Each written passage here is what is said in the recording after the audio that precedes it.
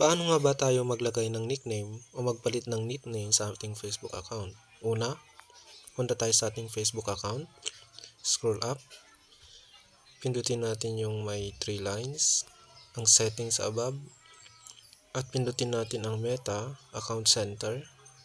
Mapupunta tayo dito sa ating profile, pindutin ang profile, pindutin ang Facebook account, at yung name, pindutin natin, at pindutin yung manage other names.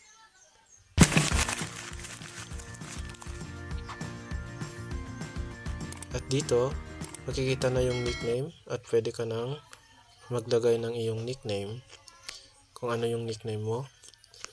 At kung gusto mong may pakita sa taas ng yung profile, pindutin lamang yung show at top of profile. Tapos pagkatapos mailagay yung nickname na gustong nickname, pindutin yung save.